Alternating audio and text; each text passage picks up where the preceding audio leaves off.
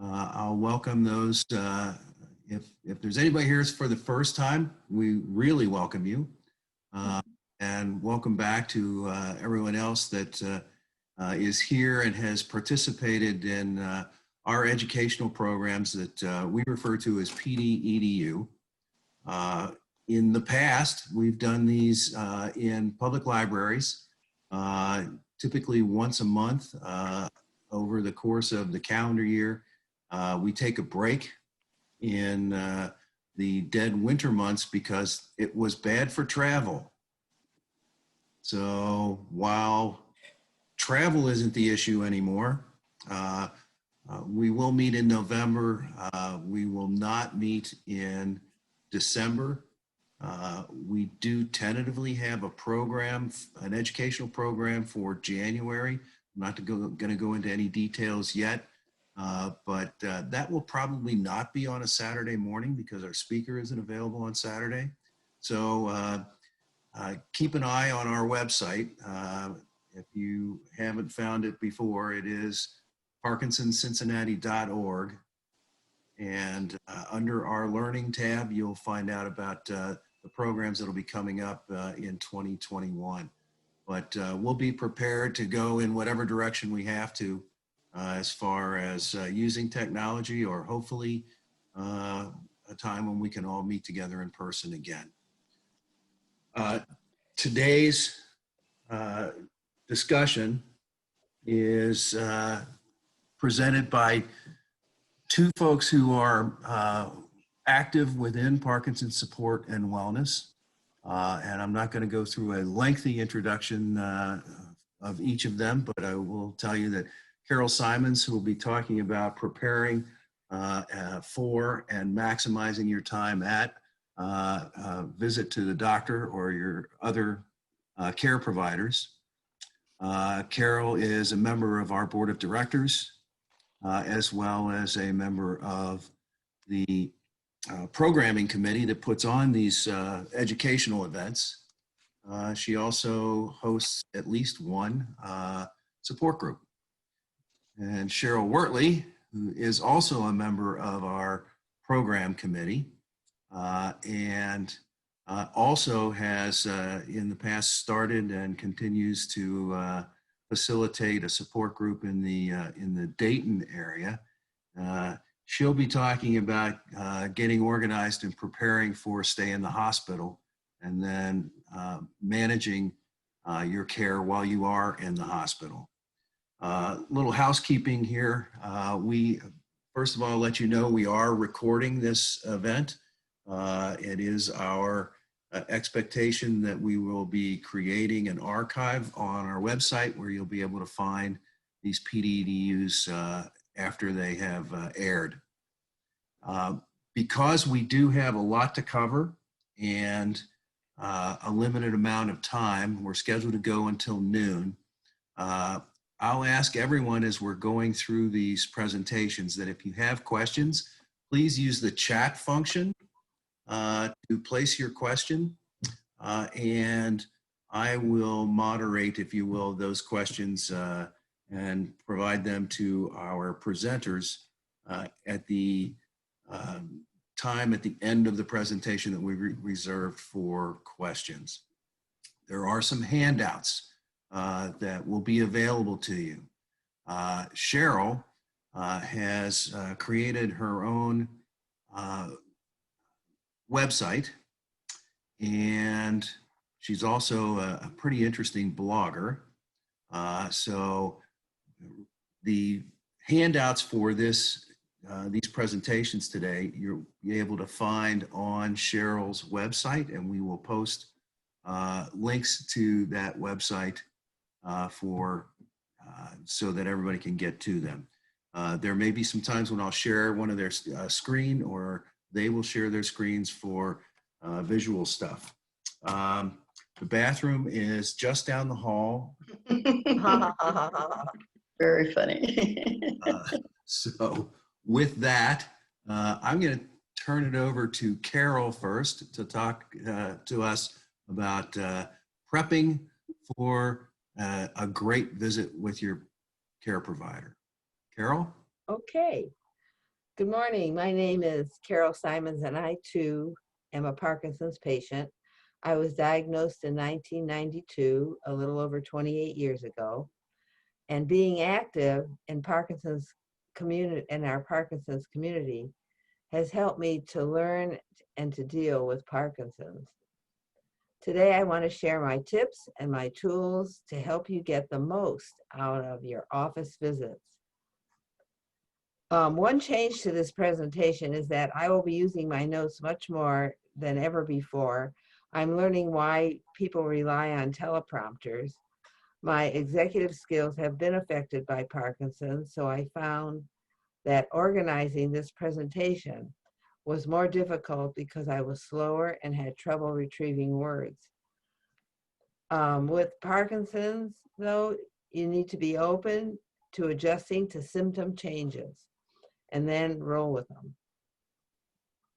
Also, be aware of the worksheets and handouts that Cheryl and I have included for you to print out if you desire to do so. They are downloaded at the end. Because Parkinson's disease is a chronic and progressive illness, and over time gives us many different symptoms, we require a wide variety of medical people: doctors, trainers, chiropractors, nurses, therapists, and on and on. Each of us will develop a unique medical team, and there lies our challenge. How can we organize ourselves so that there's good communication with each specialist? What can we do to prevent our questions, our fears, our experiences, our discoveries from being lost between office visits, dealing with so many people? Our goal is to interact so that we can get their maximum help.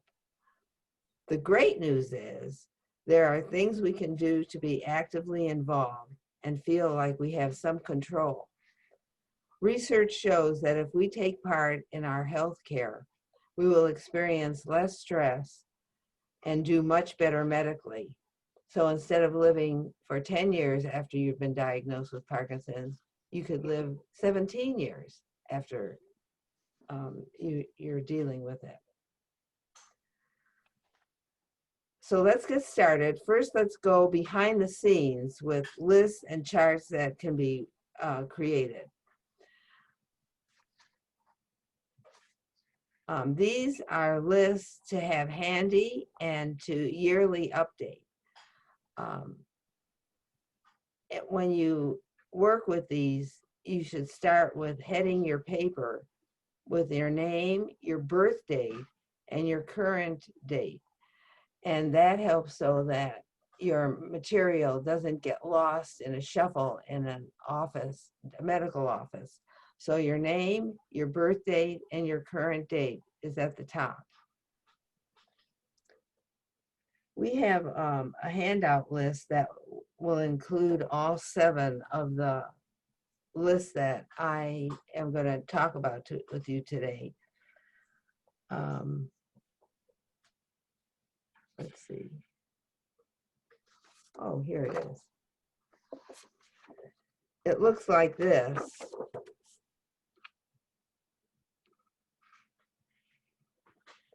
And it will include all 7, as I said, of the list that I was going to go over. The first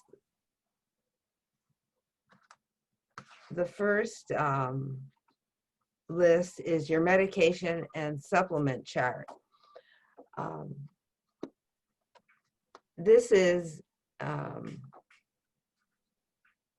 includes your name of your medication, the strength, the amount taken, the times taken, the reason for taking, and any additional information about the item, like it needs to be refrigerated, or you need to take it with water-based beverage.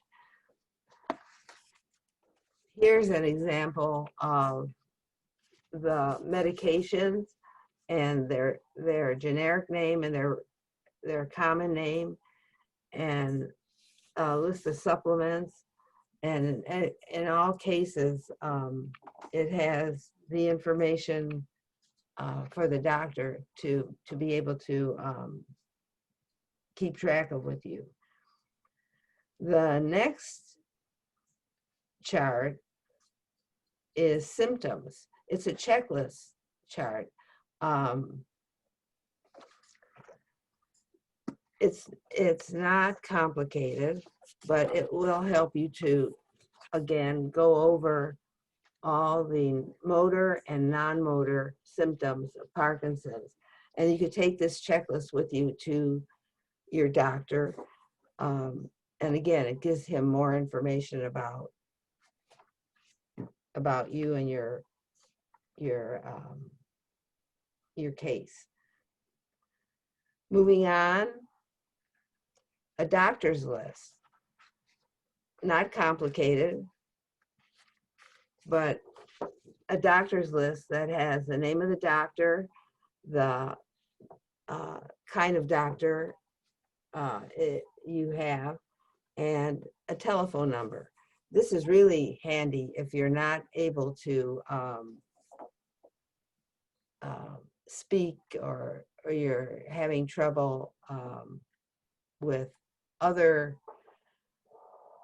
illnesses, to have a doctor's list so that your medical people can get in contact with your various doctors.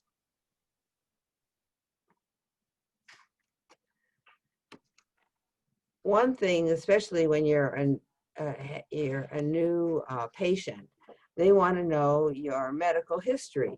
So if you take time to do a medical history, it is a saver for being stressed.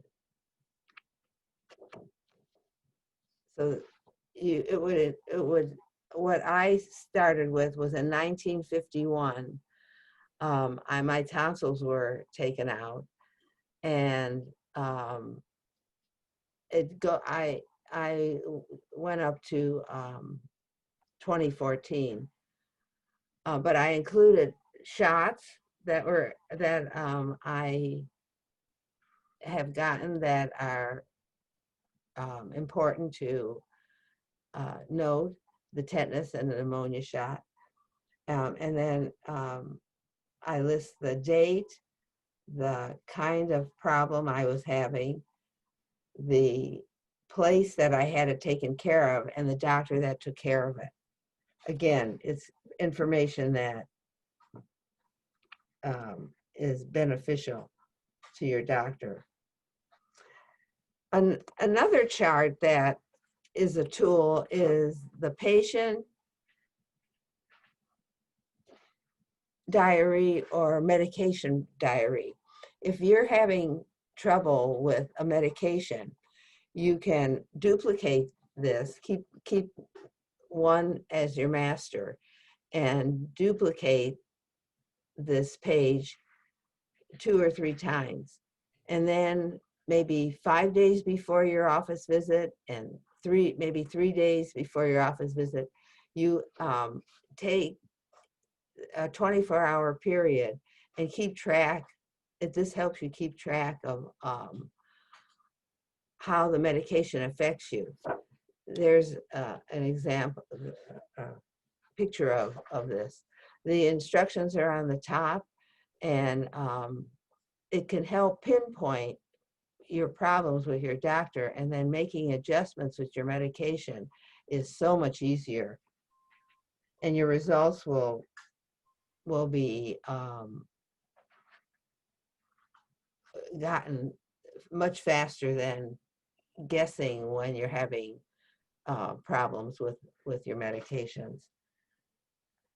Another helpful tool is a glossary.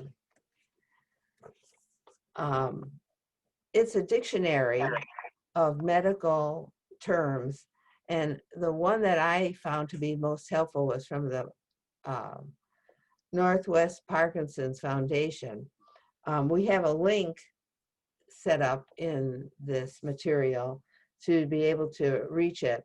And it's 7 pages, and you could duplicate it and keep it.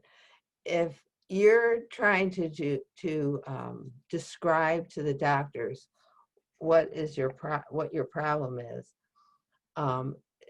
for example, movement. You may have dyskinesia, or you may have a tremor, and if you understand the difference between the two, again, your interaction with your doctor is so much better. So this glossary is another tool. And then the last item is the emergency health packet.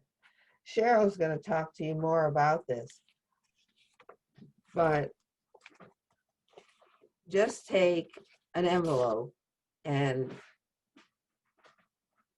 put emergency kit on it and your name, and then fill it with medical insurance card copy, photo ID, the doctor list, the medication list, the symptom list, the medical history list, your living will or your healthcare power of attorney. And another item or piece of information is the Parkinson's disease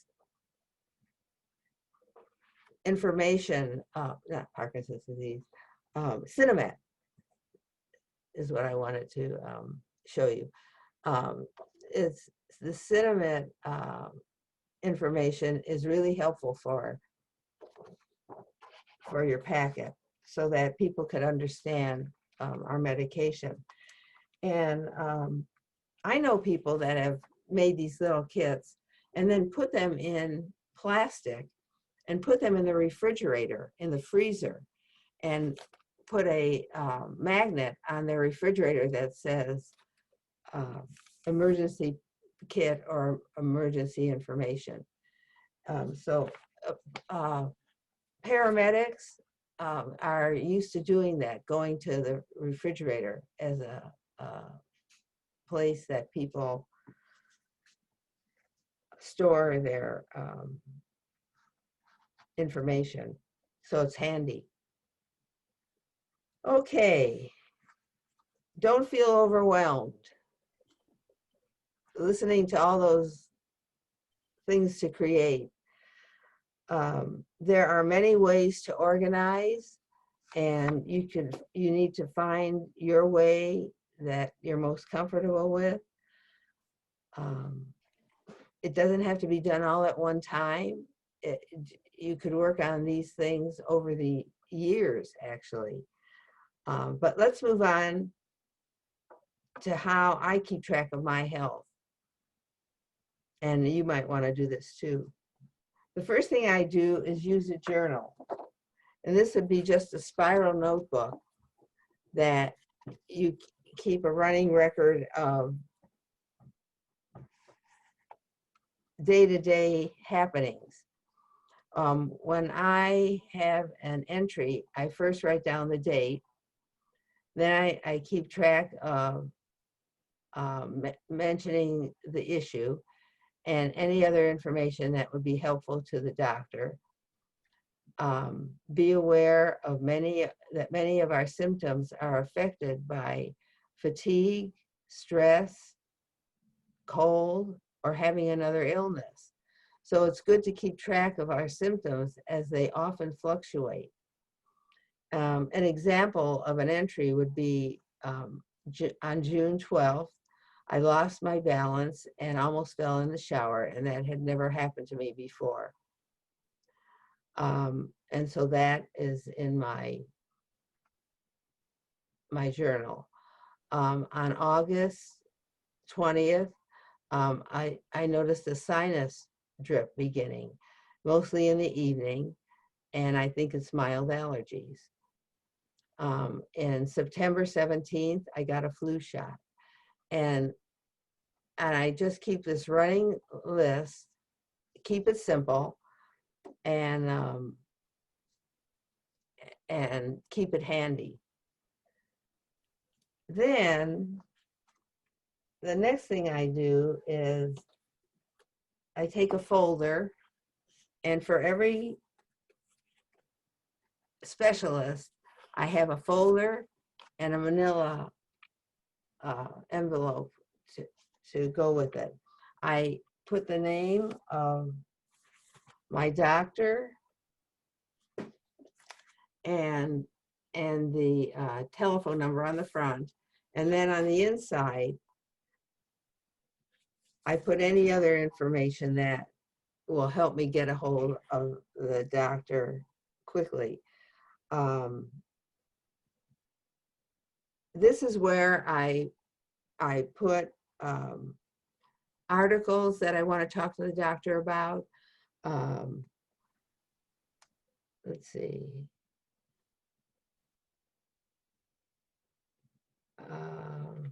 Oh, here it is. On the inside of the folder, I place addresses, emails, and assistant name, the assistant's, the doctor's assistant, and any other helpful facts. I use this folder between visits to keep my latest questions and comments that I hear, advertisements and concerns, and together they're easy to find when I go to visit my doctor. The second folder should have a label on it, the manila folder, and I use that to hold past office experiences. It would include CT scans from the past, research outcomes if I was working on a project, blood work reports. It just keeps my folder from getting too full. So the spiral notebook for everyday happenings, the folder for my collection of material, and then the manila folder for past information.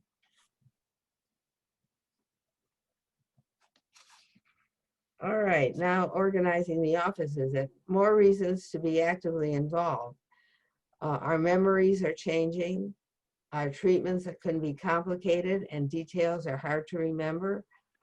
Our doctors need to hear our opinions and not be guessing. They can't read our minds. Communication gets more difficult, especially speaking and writing as we progress. And we can provide detailed information to help our specialists in the best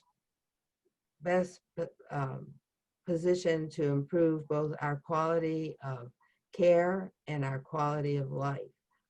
Behind the scenes work is complete. So now let's move into time to see the doctor. A few days before the visit, I check my journal and start making a list. And I just use a notepad,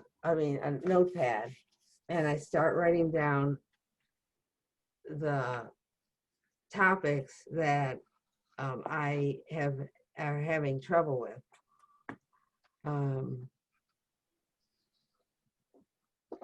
I check my journal and start making the list, leaving plenty of writing space between each topic I write down on it. Then I check my folder for additional questions and concerns and add them to the list. Any articles, research papers, I summarize and I put those at the end.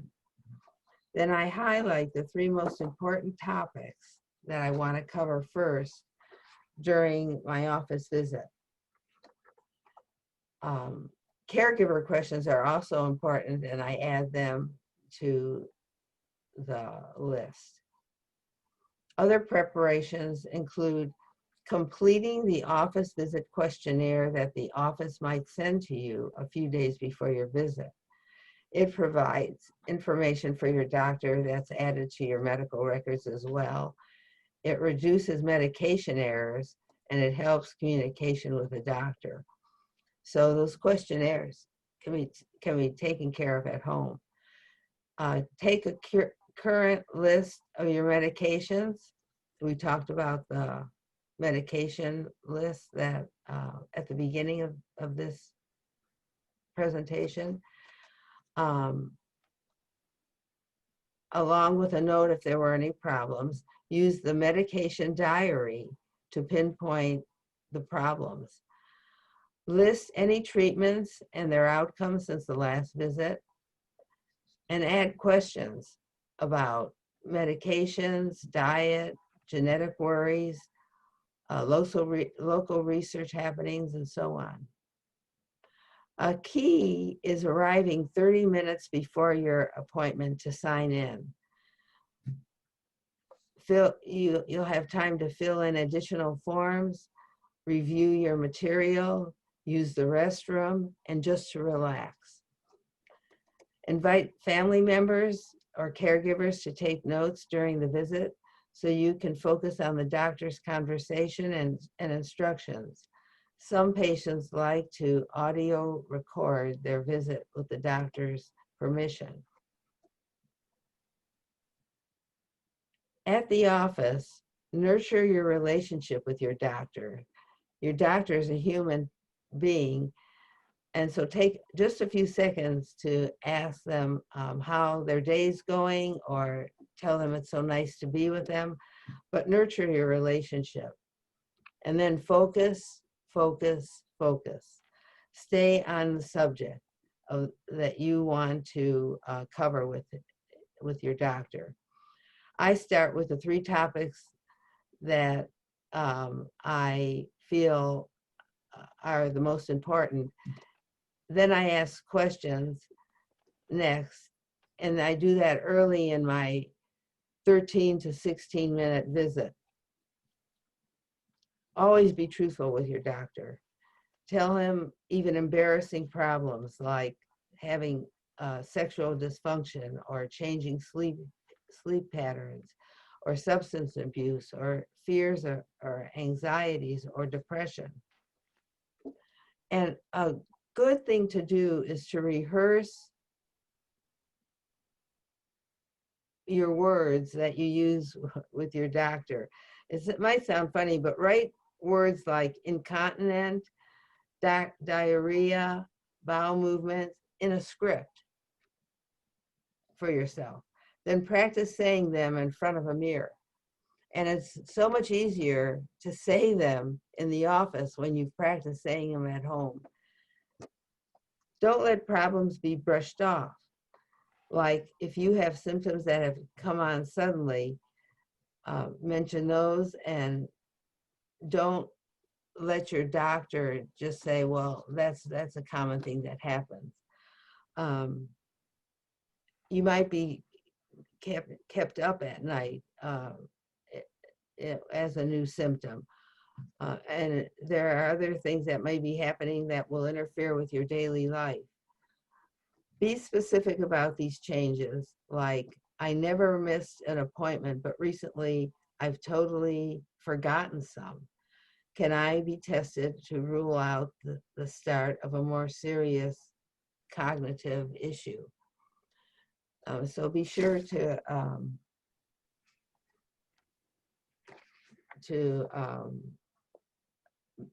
work with your doctor on those things and not let them be pushed aside. At the end, I make my appointment for the next time, and I usually make it during the on time of my schedule. When I reach home, I review the notes from the visit, and I fill in the answers to make them clear. I also list action steps that I can take to follow the doctor's advice. I share the information with others in my medical team, especially my primary care doctor, and I save all the notes from my office visit. They go into the manila folder. Now there's a new kind of office visit called telemedicine with virtual house calls. They're the latest in office visits and they're really handy. Doctors can make long distance virtual house calls so that a Parkinson's patient can get the care of a movement disorder neurologist. There are some places, especially out west, where people have to travel 8-10 hours to get to their medical resources. And it's, this is retrieval.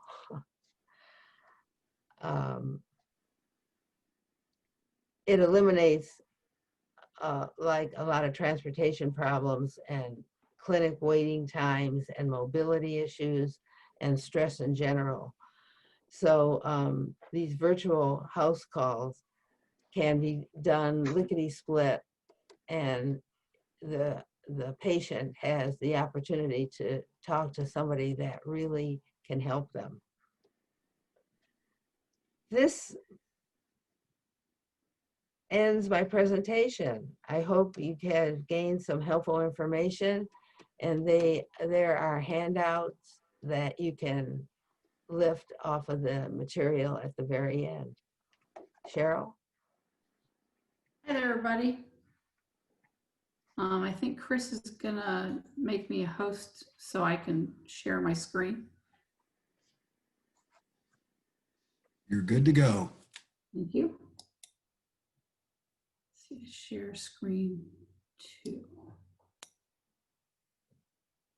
All right. That should be. I gotta click that. Can you guys see my slides? It starts with hospital stays, staying safe. Yes. Woohoo! Yeah. Okay, that little thing makes me happy.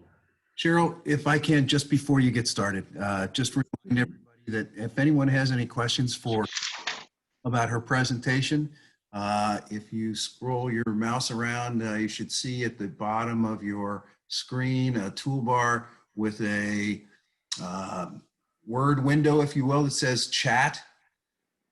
So you can just click on that. Your chat will open up and you can type in your question at this time, and we'll reserve some time at the end to answer those questions. Go ahead, Cheryl. Thanks, Chris. Most of you know me, but I'll give you a little bit of my background anyway. I've been a librarian for 32 years, and I retired in 2019 from the Dayton Metro Library. I have Parkinson's and was diagnosed in 2014. And one of the reasons why I'm doing this talk was because in 2019, I was in the hospital probably 4 to 5 times within a 4-month period. I was very ill for quite a while. So I want you to know that this talk is geared towards the Parkinson's patient. It's from a Parkinson's patient and their advocates. I am not a doctor. I am not a nurse. I don't give medical advice. I just tell you the patient point of view. My husband, Joe, will briefly discuss the role of the caregiver, like at the end of my talk. And I owe him a big thank you for helping me with this presentation and his continual support. Also, I have started in my own website. It's called InsideParkinsons.com.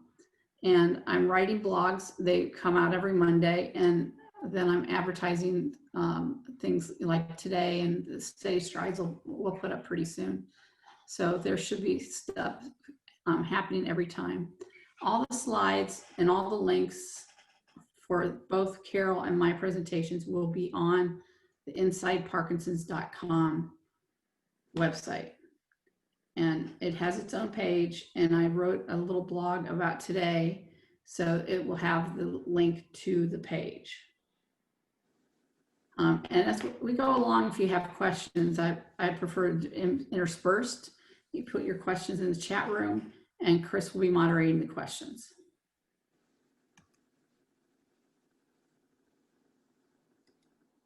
So, oh, my slide didn't change. Okay. So why are we going to talk about this? Basically, we're going to talk about it because a lot of the hospital staff may be unfamiliar with Parkinson's. They are trained to treat you for the condition you came into. If you broke your leg, that's what they're going to work on. They may not be looking at your Parkinson's issues. And they may not recognize all your Parkinson's symptoms. Their training doesn't always include the details that they need to know about Parkinson's symptoms. Medications may not be given on time. And when you're in the hospital, you get anxious, and that makes your symptoms worse. You're unfamiliar. You're in a place where you have to sleep and it's noisy. You're trying to rest, and nurses come in day and night. It's a hard place to adjust to. So we're going to discuss ways to communicate to nurses and doctors and plan for a better experience so you can get out sooner. So basically, we want to be proactive. There's a lot to think about, and the more I did this presentation, the more I realized I've got my own preparing to do. So here we go. I am not a lawyer. A lawyer friend gave me this information, so I'm passing it on to you. When you go to the hospital, you need to bring your healthcare. When you bring your advocate, bring your healthcare power of attorney and a durable power of attorney. And the healthcare power of attorney will allow your friend, husband, spouse, whoever, to access your records and to make medical decisions for you if you're not able to. My friend who has Parkinson's, he said, in the land of COVID, you really should give the authority to use experimental drugs. I thought that was really good advice. I had never considered that. So I need to go to him to go get that fixed. But yeah, it's something really to think about, whether you want experimental drugs or not, and whether you want that on your healthcare power of attorney. The other thing is you want to make many copies of your healthcare power of attorney.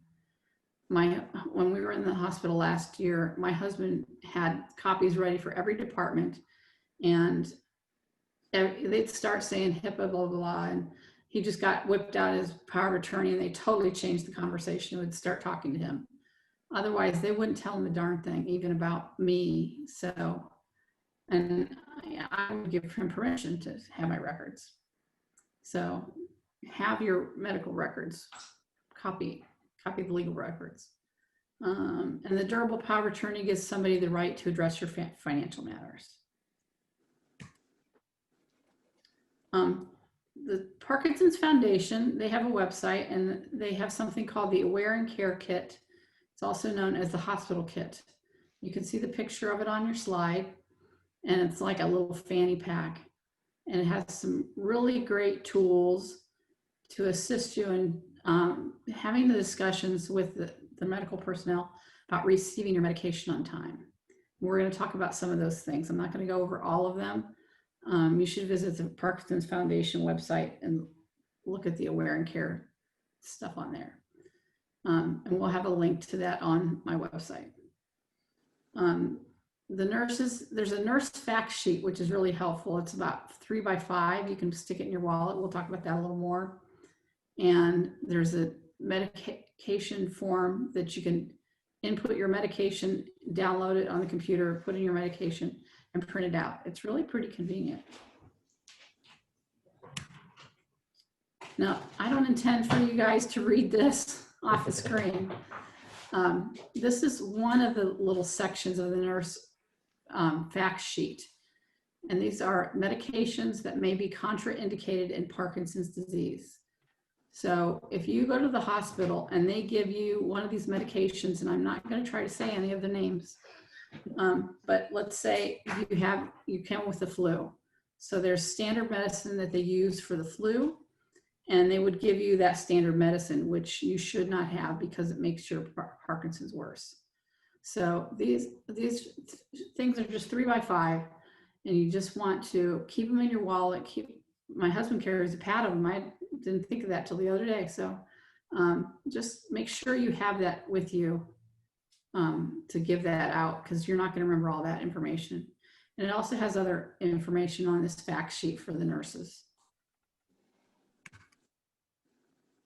And here is a copy of what the Aware and Care medication form list looks like. You just download it, you start typing in. It's really easy. You put in medication, the dosage, frequency, timing, what condition it treats, and when it started. It's so simple. It's really cool. Now we're going to talk about organization. You want to prepare the following things. You want a medication list by time and a medication list by name. It will help you to have it both ways. You want a list, like Carol said, of all your doctors and their contact information. And you want to have all your medications, and I do mean all your medications, gathered in one place, including your nasal sprays, antihistamines, stomach medicine, that kind of thing. And we're going to get into a little more detail in a minute. So I had this idea. You get a bin or a box, and you call it the hospital bin box or whatever you want to call it, and it will keep all your information that you need before you go to the hospital. That way you don't have to gather it when you're sick or you're in crisis. Or if you call 911 and you're by yourself, you can say, get to this box. It has hospital on it.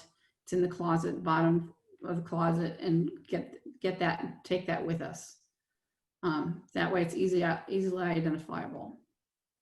Then get a backpack or some kind of bag to keep all your medications. That will be helpful to put all your medications in and put all of them in one bag and not like 5 bags, so it helps the person that helps you out.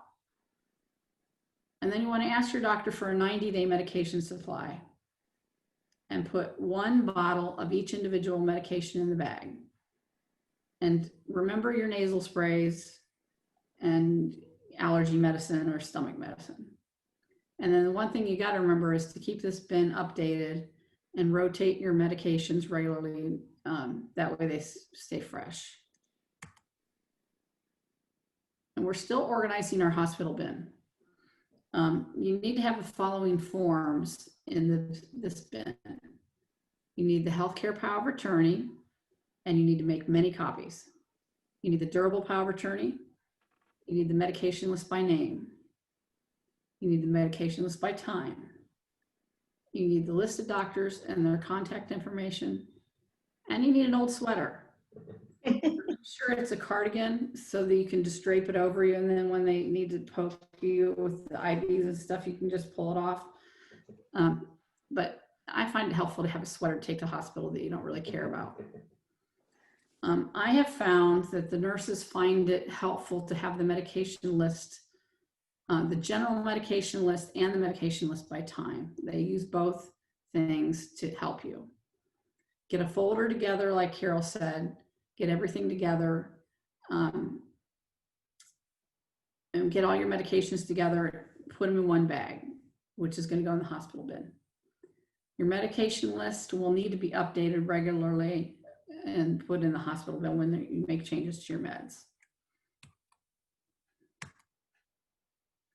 This is a list my husband created for me as medications by time.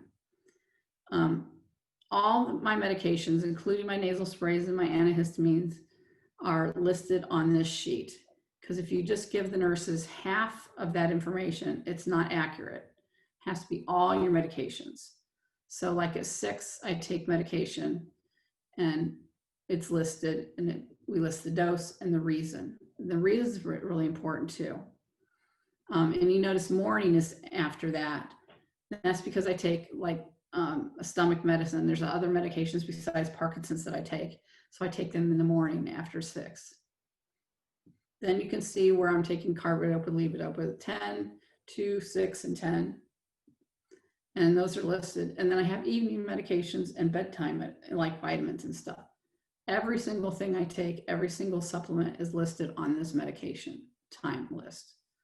And I'll tell you what, it really made a huge difference for us in the hospital last year when they were, because I have a large list of medications and they would get so confused, but they saw this and every single time it helped them tremendously and they were glad to have it.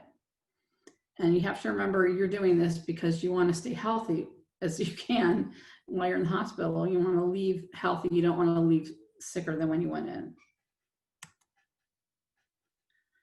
So we've organized our bin. We have it ready for to go for when we go to the hospital. So now we're going to talk about communication during the hospital stay.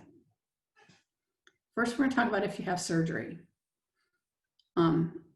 That nurse sheet, you want to bring that. It'll have the list of meds that you're not supposed to have. You want to give that to nurses.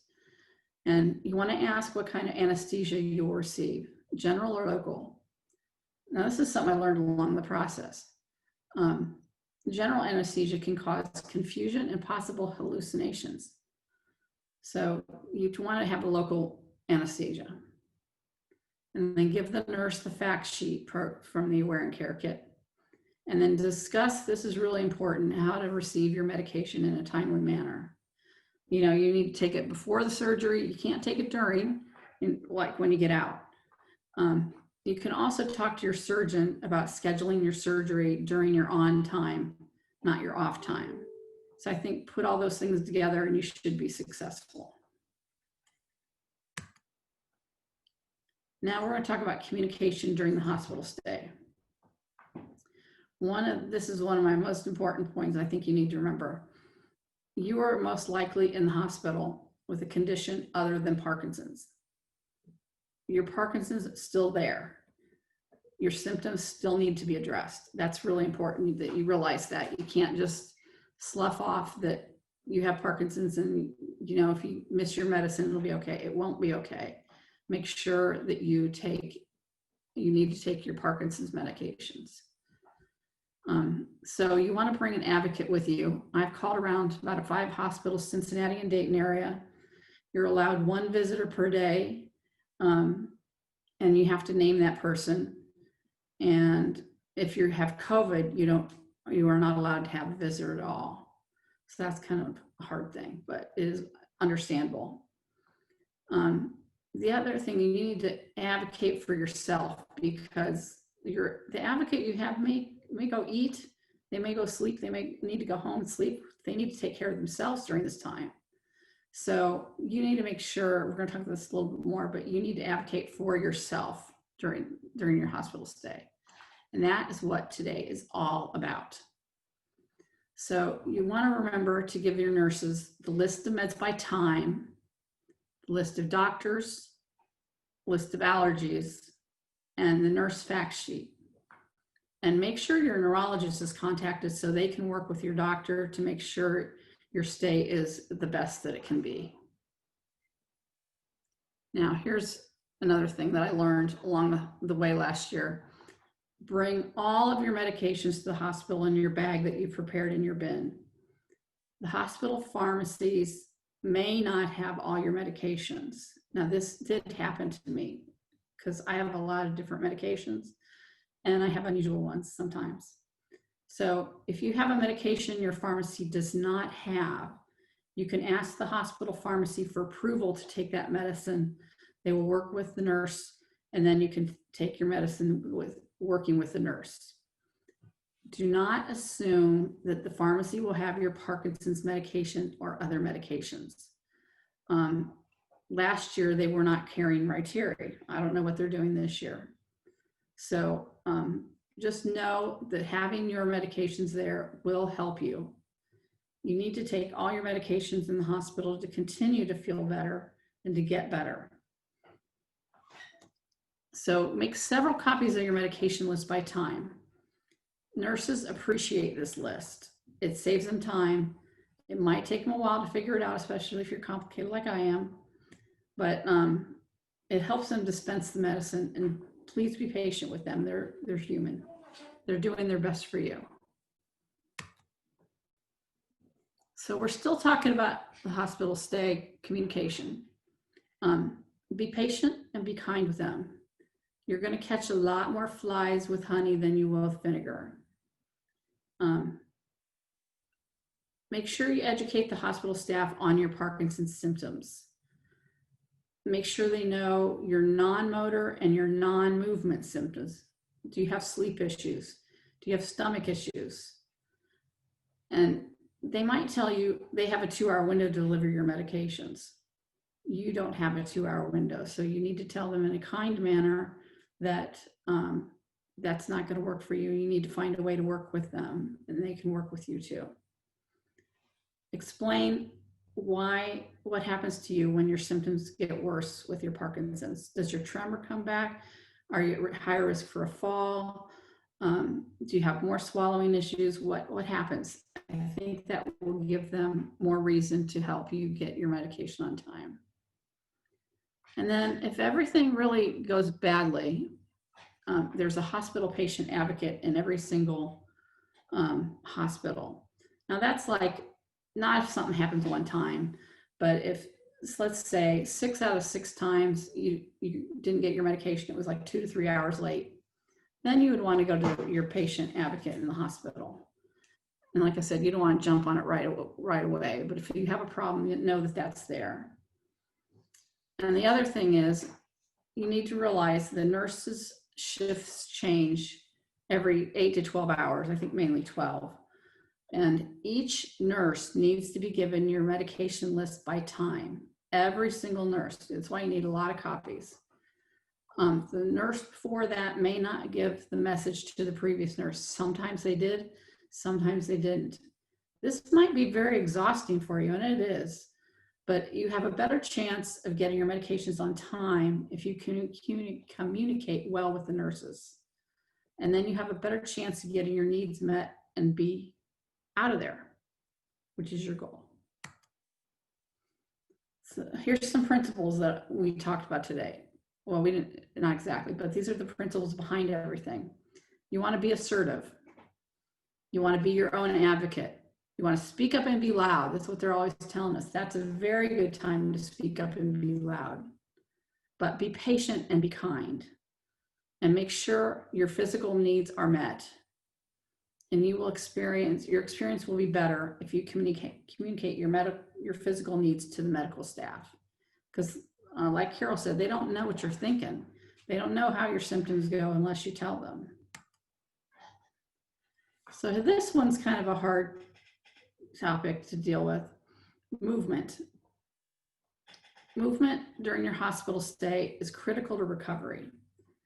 Now, I know that I'm asking a lot when I say move when you're in the hospital and go up for a walk. Well, you've got IVs and they've got reasons for you to stay in bed. So when you're feeling stronger, do what you can. Ask for a physical therapist. Ask if you can get up and walk. My other suggestion is wiggle your fingers, wiggle your toes, stretch your neck, stretch anywhere you can from your bed or your chair. Anything you can do to feel better. Wiggle your ankles, your feet. Anything you can do to get that circulation moving, I think is going to be a good thing. Movement continues to be medicine. It's still true in the hospital. You just have to be careful with what you do and talk to your nurses about what you're allowed to do. Now, my husband, Joe, is going to talk about the advocate point of view.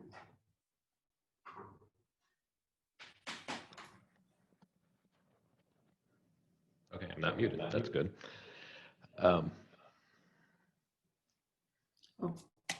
Thank you, dear. I just want to emphasize a few things that Cheryl talked about, and especially from my point of view. The Aware and Care Kit is a really valuable resource. If you don't have one, go get one and at least look at the information that's out there because it's pretty wonderful. The nurse fact sheet that Cheryl talked about is the thing that I have a pad full of. And that would be the first thing I would hand to pretty much every nurse. The especially important thing that's on there is the anti-nausea medication because that's the one they're almost always going to give you. You're almost always going to get Zofran or something like it. So it's really important that they know which one of those they can give you. Cheryl mentioned this too. The healthcare power of attorney is definitely something that's nice to have on you. And it does make a difference. I mean, and I got to the place where it's like, I just carried it with me. Can you go back to the slide there?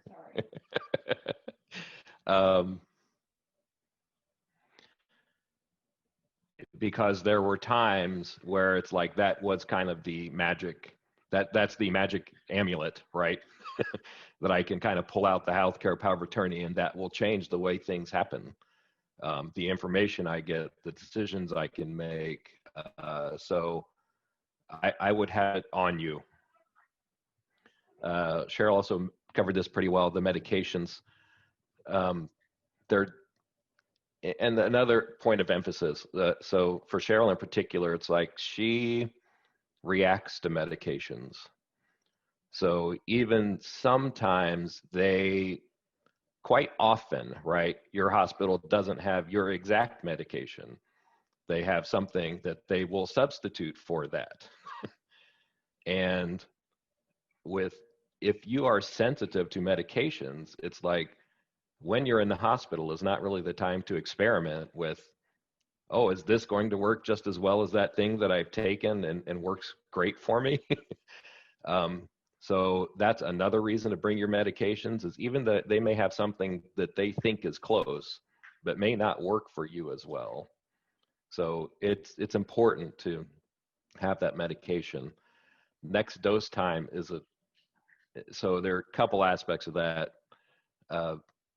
The medication by time list was a really useful thing for us in the hospital. And every time a new nurse came on shift, I would go over the medication and time list with that nurse.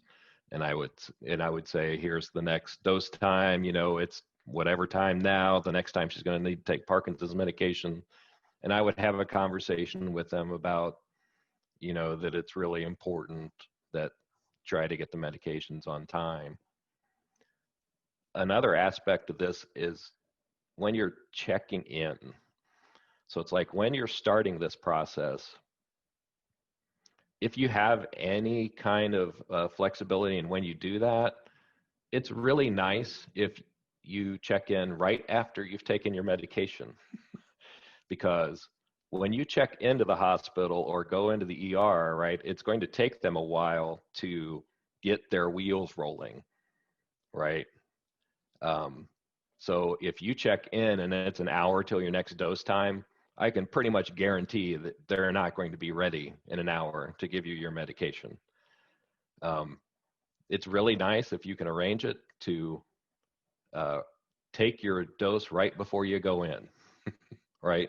So you're in the parking lot, you've arranged it at a time. It's like you take your dose, you go in. Now you have some time, right? You have a little bit of time until you have to take your next dose. And even then, it's like, once again, especially when you check in, that's the first thing I'm going to talk to nurses about is next dose time is this time. It's like, we need medication by then. We got to get this rolling. Cheryl's mentioned this too, the multiple copies of all of the lists, so you can hand them to people is a really good idea. And lastly, you do need to take care of yourself as an advocate, caregiver, whatever you want to call it, because if you aren't well, you aren't going to be able to help anyone. So that's all I had to say.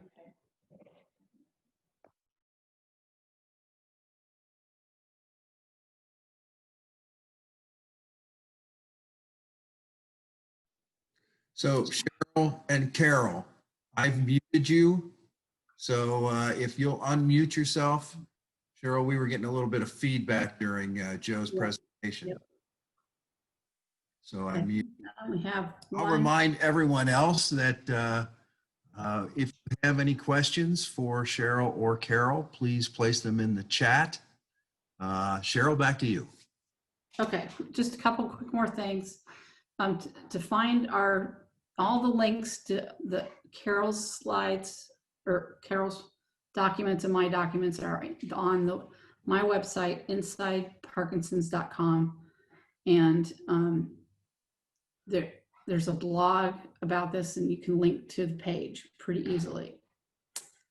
And I think that's all I really had. If anybody has any questions.